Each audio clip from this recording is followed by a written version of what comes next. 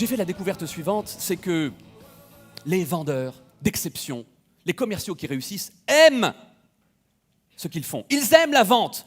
Ça peut paraître particulier d'aimer la vente, mais oui, ils aiment ça. Ils aiment vendre. Et vous savez pourquoi ils aiment vendre? Pour une raison très simple. C'est parce qu'ils ne se voient pas comme des vendeurs. Ils se voient comme des serviteurs. Ils se voient comme des gens qui rendent service. La deuxième raison pour laquelle les vendeurs aiment vendre, c'est qu'ils sont persuadés, en leur âme et conscience, que leurs produits sont les meilleurs. Et si vous êtes convaincu que votre produit est le meilleur, c'est votre devoir de convaincre le client et de l'obliger à acheter.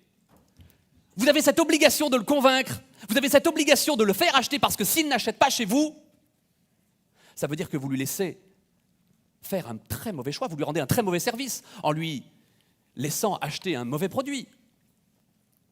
Il faut aimer ce métier pour réussir dans la vente. Il y a une autre raison.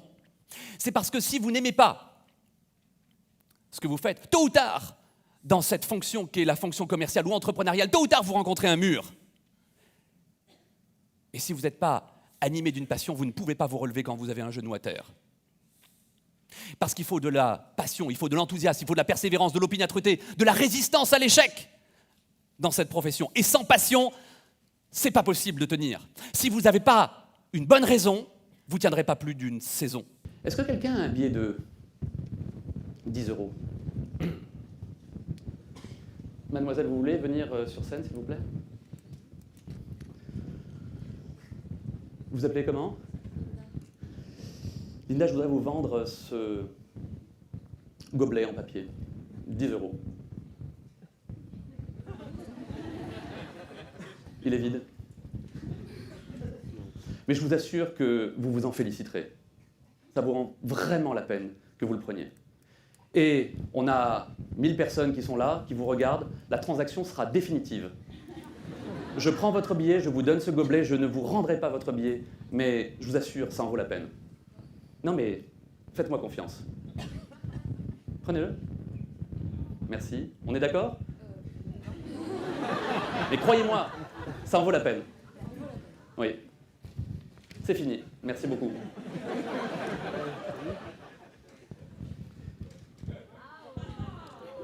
Ah, vous avez fait une très bonne affaire finalement. Il est à vous. Je vous le laisse.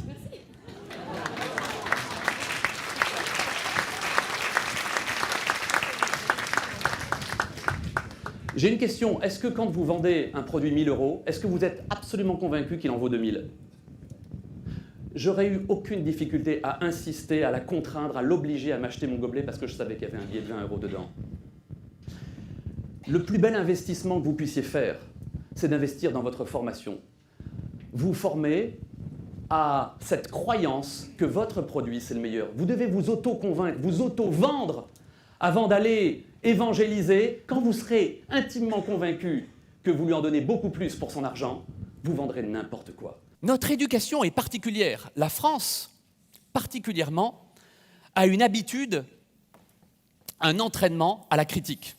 Le sens critique y est particulièrement développé. Merci Descartes.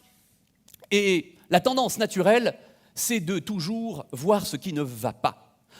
Si vous accueillez votre enfant qui vous dit « Papa, j'ai eu 18 en maths et 5 en français », réponse « C'est quoi ce 5 en français ?»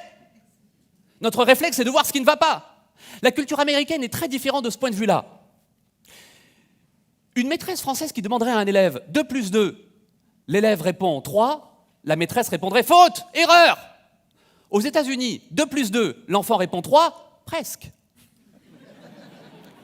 Répond la maîtresse, parce que dans la culture américaine, on est plutôt prédisposé à regarder ce qui va bien, à valoriser les talents, plutôt qu'à souligner ce qui ne va pas.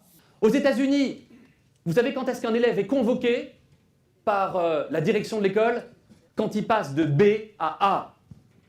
On lui demande de venir et d'expliquer comment il s'y est pris. On lui demande de venir pour le féliciter de ses progrès. En France, quand est-ce qu'un élève est convoqué? Quand il passe sous la moyenne. Et on le convoque pour le punir, pour le sanctionner. Mais ça a des répercussions qui sont considérables. Vous avez peut-être lu cette enquête qui était parue en février dans le journal Le Parisien. La France est le pays le plus pessimiste du monde. Du monde. Premier, Vietnam. Deuxième, Nigeria. Les Nigérians pensent qu'ils ont plus d'avenir que nous. Ce qui détermine la performance d'un individu, ce sont ses qualités. Ce n'est pas l'absence de défauts. Ce sont les qualités qui fondent la performance. Il est impossible de réunir toutes les qualités d'un référentiel de compétences pour être un bon commercial ou un bon manager. Mais les meilleurs vendeurs sont sur quelques dimensions, qualité relationnelle, capacité à poser des questions absolument exceptionnelles. Et ils ont des qualités énormes. Libérer votre potentiel, c'est essayer de trouver vos talents et de vous exprimer sur votre talent et essayer d'arrêter de vouloir corriger vos défauts. Vos talents, vos qualités déterminent votre personnalité. On me demande souvent, Michael, qu'est-ce que tu aimerais que les gens retiennent de tes interventions ?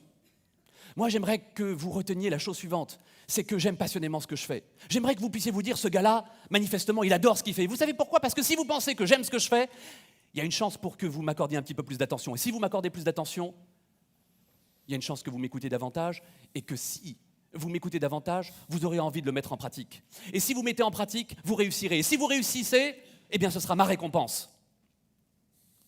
Si vous êtes passionné par ce que vous vendez, vos clients vous croiront, et s'ils vous croient, ils achèteront, et s'ils vous achètent, vous leur rendrez service, ils seront heureux, et ce sera ça votre récompense. L'argent viendra derrière.